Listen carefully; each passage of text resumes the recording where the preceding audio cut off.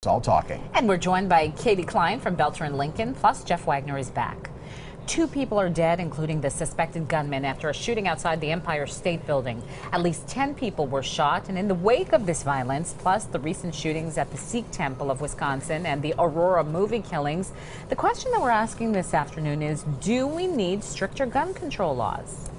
Go for it, Jeff. Well, here's the problem. What we need is to concentrate on crime control. Unfortunately, unless people are going to say we're going to go door to door and try to confiscate, every firearm that somebody owns, which I don't think anybody is arguing, what we need to do is a better job of number one, identifying those individuals who have committed crimes or are likely to commit crimes and shouldn't have guns, and then when they do act out, prosecuting them.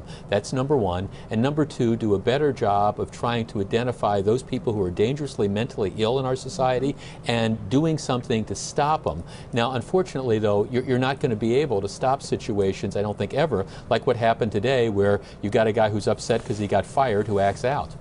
Right. The fact of the matter is that guns don't kill people. People who are mentally unstable and have a vendetta and a desire to kill people with a gun. So maybe we should aim our focus on supporting the mentally ill and providing more education and help for those people to kind of thwart these attacks ahead of time. But, every time this happens, we talk about it, and every time we're left with no answers and no decision moving forward. Well, and Katie, I get criticized when I say this from time to time because I'm a big believer in Second Amendment rights. But I do acknowledge, like looking at that Aurora thing, okay, here you have a guy who clearly had serious mental illness problems, who was ordering anonymously thousands and thousands of rounds of ammunition over the internet. Now, I do think that even within the whole gambit of respecting people's rights to own firearms and purchase ammunition, there are things. When I go to buy cold medicine, I have to give them my driver's license and sign up for that. I do think that there are things you could do to maybe help us better identify some of those people, to at least say, why is this guy all of a sudden buying 5,000 rounds of ammunition? Right.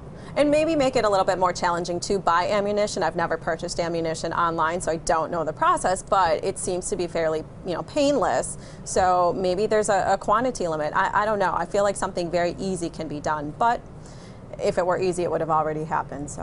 Okay, coming up next, better maternity leave could keep more successful women in the workforce. What should companies be offering expecting moms? Again, we're joined by Katie Klein from Boelter and Lincoln and Jeff Wagner from News Radio 620 WTMJ. Topic number 2 today. 2 California moms are suing a school district over its abstinence-only sex education. They say this policy puts students' health at risk by failing to give teens information about condoms and contraception and about how to prevent sexually transmitted diseases. Does this lawsuit have legs? Well, the last time I checked, it wasn't the school's responsibility to teach children about the birds and the bees. I think they are to play more of a supportive role, and the main responsibility lies with the parents. It's their kids, their responsibility. They need to man up and do it.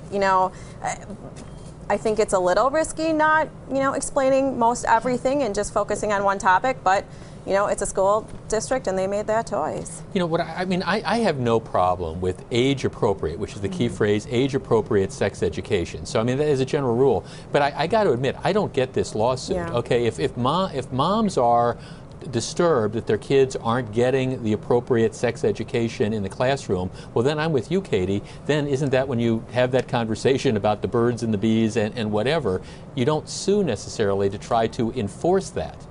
Well, are they just not comfortable having this discussion with their children? If that's the case, then perhaps maybe find another family member that can have it. I don't know, but I think this lawsuit doesn't have legs. I think they just wanted to get in the media and get their names known and try to stand for something that they can ultimately win. All right. Well, let's move on to our next topic then. Many employers end up scratching their heads when successful female employees leave their companies. So Google tried to figure it out. The company found that women were twice as likely to leave their company after having a baby. So Google lengthened maternity leave to 5 months and changed it from partial pay to full pay. And guess what? The move kept a lot of women from leaving. So should companies offer new mothers better maternity leave? Shelley? Well, yeah. Coming from Canada, maternity leave in Canada is 1 year. almost entirely at full pay. You know, and when I tell my friends in Canada about, you know, the 3 months that I had off here, they can't believe it. They scratch their heads. Cruel. You know, it's hard. I mean, I think a lot of people underestimate what you physically and frankly mentally go through when you have children.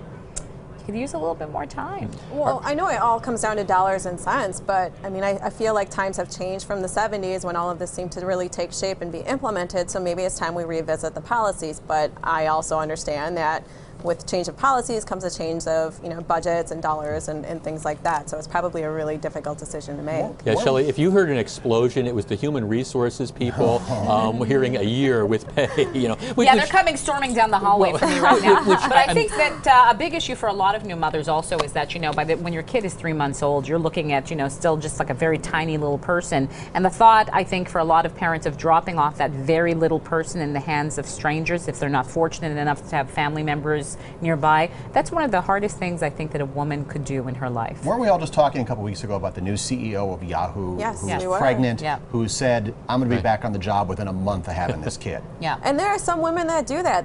They're married to their jobs, and that's for them, and that's great, and they can balance both. But other women, you know, need the time, and they should be able to have it. And a lot of women, I think, go through postpartum depression. Right. Some of them may not even realize exactly Right. what it is that they're going through. And 3 months, frankly, when you bring a child into the world, and women do, frankly, parent differently, in my humble opinion, it's not a lot of time. Okay. Thank you all for joining us this Friday afternoon. We'll take a quick break. We'll be right back.